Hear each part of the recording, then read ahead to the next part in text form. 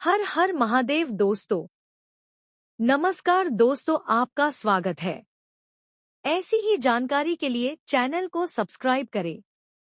एक बार भगवान शिव को प्रसन्न करने के लिए मृकंडु मुनि ने कठोर तपस्या की। उनकी तपस्या से प्रसन्न होकर भगवान शिव ने उन्हें दर्शन दिए। मृकंडु ने उनसे विनती की, हे प्रभु, मुझे पुत्र प्रदान करें। शिव ने पूछा, कैसा पुत्र चाहिए भक्त?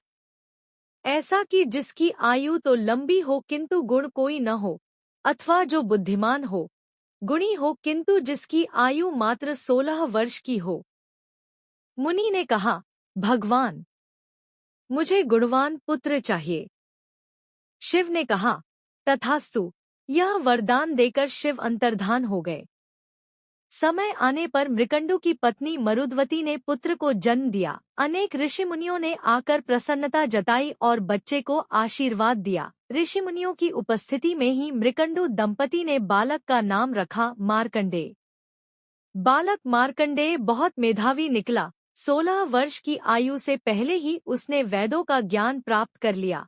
उसके आचार्यगण उसकी प्रशंसा करते न थकते। वे कहते, मृकंडु, बहुत भाग्यशाली हो तुम, जो ऐसा होनहार बेटा मिला। लेकिन मार्कंडेय के भाग्य को लेकर उसकी माता बहुत चिंतित रहती। मृकंडु जब उसे समझाते तो वह रोते हुए कहती, स्वामी, मैं भूल नहीं पाती कि शीघ्र ही हमारा बेटा हमसे हमेशा के लिए दूर हो जाएगा।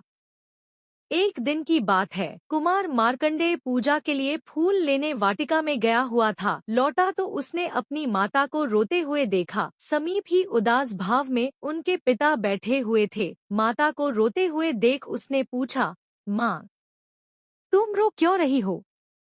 माँ कुछ न बोली, बस धीरे धीरे सिसकियां भरती रही। इस पर मार्कंडेय ने पुनः पूछा, माँ, तुम बोलती क्यों नहीं? बोलो माँ, बोलो, कौन सा दुख है तुम्हें?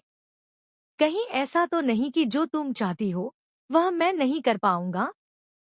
पर देखो माँ, अब मैं बालक नहीं रहा, कल पूरे 16 वर्ष का हो जाऊंगा। तुम्हारी माँ इसीलिए तो रो रही है। पुत्र, पिता धीरे से बोले। मार्कंडेय ने उलझन भरे स्वर में पूछा, क्यों? 16 वर्ष का होने में क्या हानि है? पिता बोले, बताता हूँ, सुनो।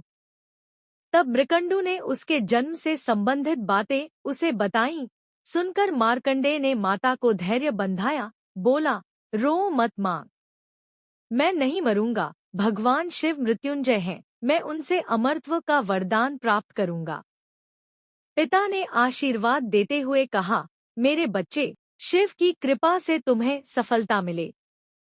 मार्कंडेय माता पिता से आशीर्वाद लेकर वन में चला गया। जाते समय माता ने शिव से प्रार्थना की, हे सदाशिव, मृत्युंजय, मेरा पुत्र आपके आश्रय है। हे देव, इसकी रक्षा करना।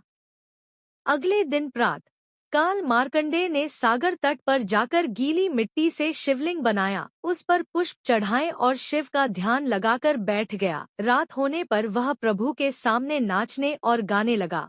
तभी अचानक यमराज वहां आ पहुंचे। बोले, तुम्हारी आयु पूरी हुई, इस संसार से चलने के लिए तैयार हो जाओ। मार्कंडेय बोले, थोड़ी देर ठहरिए महाराज, जब तक मैं अपनी उपासना पूरी कर लेता हूँ। यमराज ने गुस्से से कहा, मूर्ख, क्या तू जानता नहीं कि मृत्यु किसी का इंतजार नहीं करती? मार्कंडेय ने कहा, कृपा कर मेरी उपासना में बाधा मत डालिए। मेरी उपासना पूरी होते ही आप मुझे अपने लोक ले चलना। यमराज और भी क्रोधित होकर बोले, मूर्ख, क्या तू समझता है कि शिव की शरण लेकर तू मुझसे बच जाएगा? तुझे अभी मालूम हो जाएगा कि काल के पाश से कोई नहीं बच सकता। यह कहकर जैसे ही यमराज पाश फेंकने को उद्यत हुए, तभी एक चमत्कार हुआ। एकाएक वहां शिव प्रकट हो गए। मृत्यु के स्वामी को देखकर यमराज ठिठक गए। मार्कंडेय शिव के चरणों में गिर गया। शिव ने उसके मन की इच्छा ताड़ ली और अमरत्व प्रदान कर दिया। आगे चलकर मार्कंडेय को प्रलय काल में स्वयं हरि ने दर्शन दिए और अपना मुख खोलकर उन्हें समूचे ब्रह्मांड के दर्शन कराए। कहा जाता है कि वे आज भी विद्यमान हैं और तीर्थों में आते जाते रहते हैं, नए नए रूपों में। दोस्तों लाइक, कमेंट एंड सब्सक्राइब करें। दोस्तों लाइक, कमेंट एंड सब्सक्राइब करें।